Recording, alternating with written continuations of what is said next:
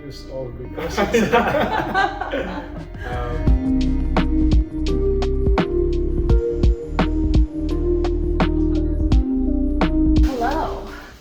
Hello and welcome to Play Dates. We are sitting in Unbound. I feel like I've seen this space in... Oh, it's okay, we got bloopers. So many different iterations and energies, and I'm so excited to be sitting down with David and Arnold today, two of the three founders at Unbound. Do you want to introduce yourselves? Tell us a little bit more. I'm David, one of the founders at Unbound. We've known each other for way too long. 18 years, Yeah. 18 and years. counting. I'm sure you got some relationship advice for everybody. Yeah, went to high school together in Kenya. Been friends ever since. Second company together, but this one feels like the one. What's the feeling that you get when you know it's the one? I'd say trial and error, for me anyways. Like having this be the second company we've done together, it was like a lived experience over years that drove us in this direction, whereas the previous company I felt was like an opportunistic opportunity that came up. Almost like it prepared you for those lessons and those like trials and ups and downs, testing your relationship also. Dive in a little deeper in a second, but before we do that, we're gonna start with a little icebreaker. These are play cards, and we have gotten the question, which is, when was the last time that you were in awe? We went to Jordan last year, I think it was, this place called Wadi Rum, which honestly felt like we'd been put on the set of Dune, or what like Saturn would feel like. It was just so otherworldly, and I was just, completely just mystified the entire time. Funny thing about that trip is we almost didn't go. The trip was insane. We went with a group of founders, essentially did a tour of the country, but seeing it in a very like private, intentional way was gorgeous. And we almost didn't go because of work. We're like, oh, we're just too busy, and like there's too much going on. And then, not to sound like cliche, it's like life-changing. Like, oh my God, this exists, like nothing's important. So in terms of your energy right now, you know, recently founded and released your first wave of memberships, which sold out in 2 hours. Yeah. Incredible. And so what would you say off the back of that, and as you build, what's the season energetically that you're in? Firstly, for me, I'm in recovery because I've been a bit ill recently. Obviously, I'm building a preventive health company, so maybe I shouldn't say that. I'm wanting to write a book called The Price of Wellness, because we're always promoting it, but then on the back end, like, there's a lot. I buy it. Recovery, and then just being a bit intentional about where I put my energy. I'd add to that is almost feeling like I'm on a launch pad that we've just put together. Now I'm very much feeling like let's just fly. Let's just see where this thing takes us. Stepping into the unknown is always an exciting thing if you're a little bit less risk averse and you trust yourself. I guess with health, I want to sort of ask you both, is there something about health that you've recently changed your mind about? This is like something that I'm continuously working on. Is I get so into the habit of like just wanting to be 100%, and so like all my dials are up to 100. As life goes on and you experience burnout and you struggle with things, you realize like you can actually play with the dials of life. You don't need to go to the gym every day to feel healthy. Like some days you wake up and you're tired and your body says you need to rest, and so like listen to that. I mean, I think it also ties into the work that you do here at Unbound, is understanding your body, because you're so different than everybody else, and you can't blanket approach. And oftentimes you'll see this in social media, that people are blanketing. This is your training routine, this is how you do it. You don't realize there's so much individualism that plays into that. I could work out, but I know I'm gonna send my stress markers up the roof, and I know that tomorrow I'm gonna have to pay for it. There's an element of fine-tuning and finessing and finding a relative balance that suits you. I feel like one thing everyone's discovered in wellness is that it's done better together, right? Like if you go to a class, you're more likely to go. You go with your friends, etc. But that's never really happened in health. Like health is still very like individual. So it's like your journey with, you know, your health. And what we've found, I think, building Unbound, that kind of goes back to why we feel like we're on a launch pad. And it's like so exciting to bring this to the world, is you can take that community-led philosophy to health as well. Like people leave a health test and want to talk to someone about it. Maybe a doctor, maybe a friend, maybe a family member. Like there's this intent to share. No one's really created the infrastructure for that. Before starting building Unbound, I thought health is quite like an individual thing. Like you don't really want to speak about your health issues or concerns with other people, whereas it's kind of flipped on its head. So you've created a space where you can pop in and you can get, I just had one, a turmeric skin glow and protein chai something, and I was like, oh my gosh, this is incredible. And you're entering the space, it's a coffee shop, and then you're walking through the space and you can do a blood test, and then on another night you can do a dance class or Pilates class. Like, how in your mind, like, do those things work together? And like, how did you sort of conceptualize that, I guess? I think we grew up in it. This whole idea of things that feel random being put together.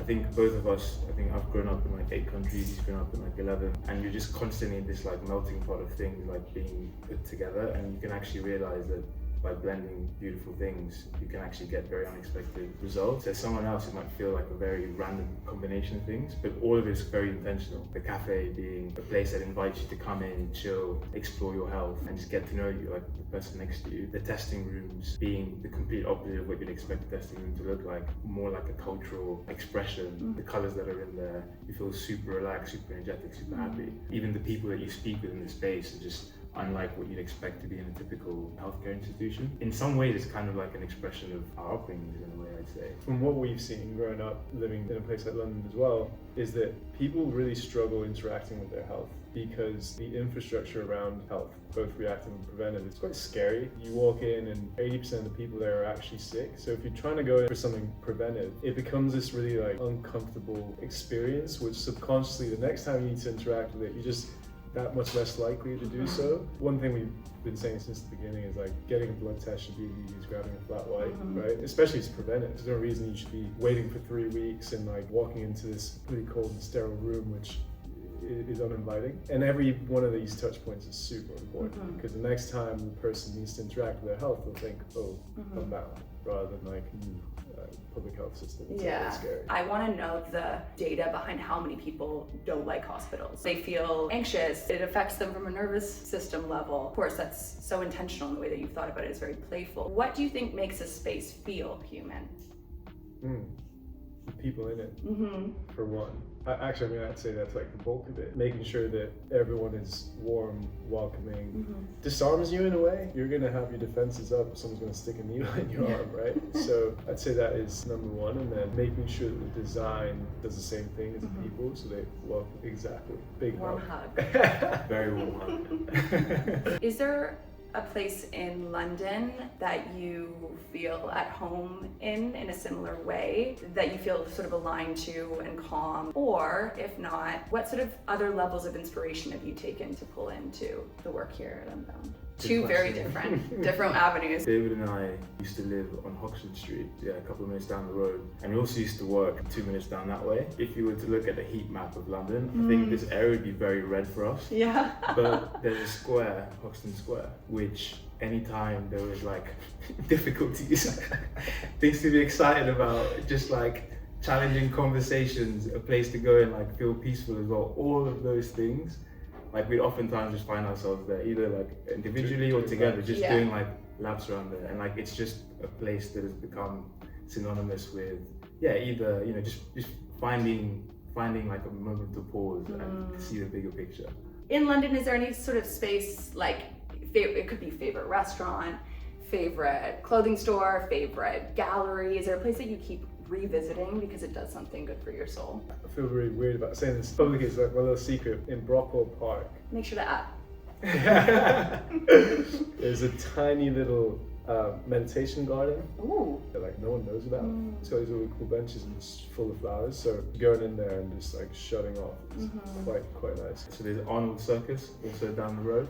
And so I actually tried to go there for the same reason, to like kind of pause and meditate. But these days there's quite a few rats there as well. So like I find myself opening my eyes just to make sure I can get bitten by a rat. But it is a nice space and it feels kind of enclosed in a very busy area. I feel like rats get a bad rap. On a Sunday night, I watched the Plague documentary, and they said it actually wasn't rats that caused the Great Plague, and it was in fact body lice.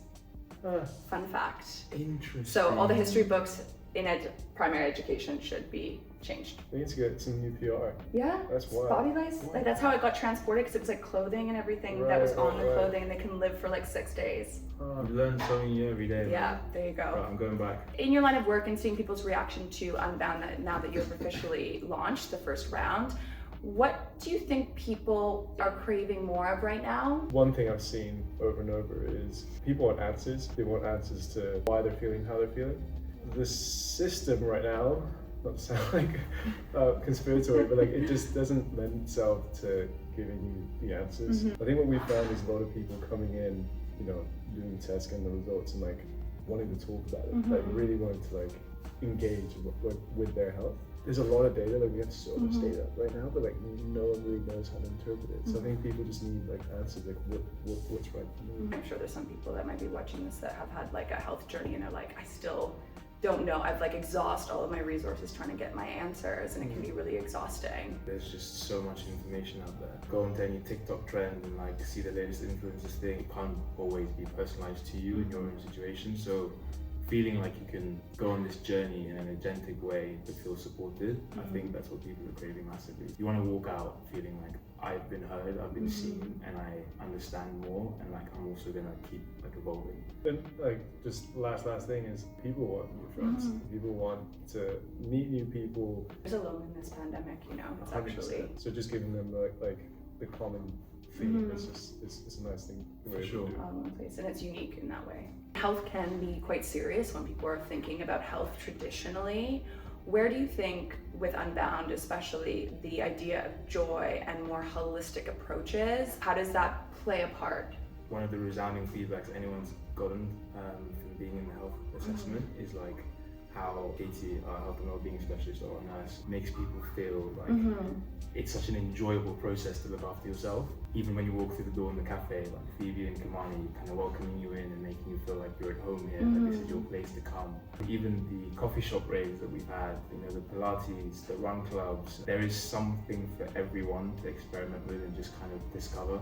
Yeah, it's the connecting piece really, holds it all together. Like the whole process should feel like you're enjoying it. Yeah. We just got a visitor come through. So tying into the idea of play, how would you say you practice play in your day-to-day, and how do you think that can impact creativity or your work or your connections to others? I would say for me, it's producing music. That's like, and funny because I do it with Tim sometimes. But Tim getting a shout out. It's sort of sitting down and like creating something new. Everything just stops and you can focus on one thing fully, and obviously that happens with work, but when you're creating music, it's a very like emotional connection. For me, it's actually really important to be able to like show up at work as well, because I feel like I have like an outlet outside of work where I can just kind of like give it everything and then kind of go and focus when I'm at work and like have a place for my creative energy. And I think play doesn't ask for like specificity. Like when you're saying I have this energy to release and it's a creative outlet, making music, when you're connecting, you don't need a reason as to why or an example as to what that should feel like. You're just able to put it through and maybe you make sense of it later. What you just described there, like that's how I feel when I just take a moment to try and like write creatively. Ever since school, I've enjoyed writing poetry or just like short form content. Just in my journal, I get quite lost in the process. It doesn't necessarily have any particular sense, but just kind of unloading it kind of takes me away from everything. You're just like, I'm just gonna keep writing and this makes no sense, but actually you get to a point where like, wait, now I found the connection piece. Maybe it was the word, maybe it's the way in which it was written. Is actually like unlocking something else within me. Okay, couple quick fire questions. The first is, what is a track that you use or listen to reset? Right. So I'm from Cameroon. I've only lived there for the first year of my life, but there's one song from this Cameroon artist called Richard Bona. It's called The Peter, and it just takes me back to a happy place. That's my song. There's a song by Buena Vista Social Club called Chan Chan. Everyone knows, but basically my dad went to uni in Cuba. I grew up listening to Buena Vista Social Club, so it just was a very special place for me. It's almost like showing up in Wadi Rum, you're like, nothing's that serious, like, you know. Somebody starting something, you know, with both of you creatively, taking big risks to start something, whether it be a passion project, whether it be a business idea. What are some top line bits of advice, or maybe just one piece of advice that you might offer somebody that's just thinking about it and needs that extra little bit of push or motivation? There's never a perfect time. I mean, there's a better time, but there's never a perfect time. Like, listen to signals, and like, if things feel right, that's probably the right time. I remember when I was trying to hire somebody for play, and I saw a whole list of people that applied, and for some reason my eyes just went blurry for all the names, but this one name was like in bold, and wherever I looked, it would just not disappear. Wow. And it was something so following my intuition so hard in that, and then, you know, absolutely incredible hire. I'm so lucky.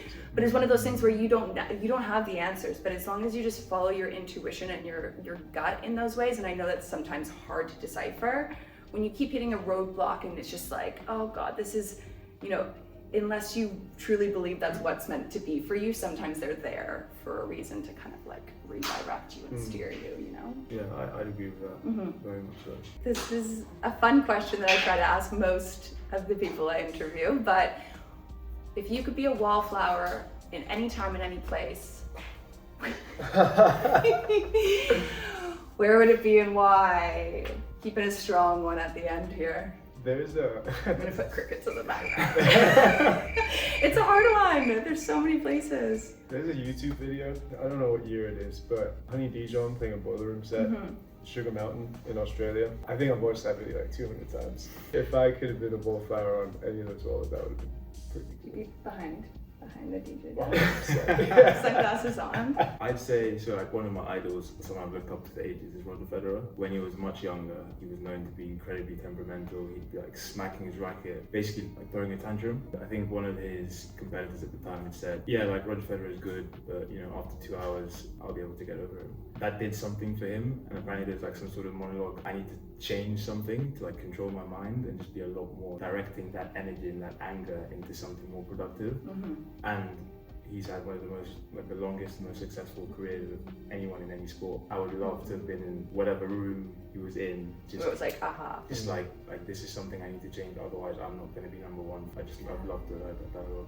You know, with racehorses, they have their blinders on. It's like when you open that up and are actually ready to get real with yourself. Well, for those of you that are interested in this conversation and Unbound, where can people sign up? How can they join the community? How can they, get in touch beyond all of the links that I'll be sharing? The website, the Instagram, apply for membership. The name of the game is accessibility. Obviously, we're constrained by capacity, but like we want to get as many people to join this community as humanly possible. That's it. Yeah. Any last words? Stay well. Stay well. All right. Thank you so much. Bye. Now.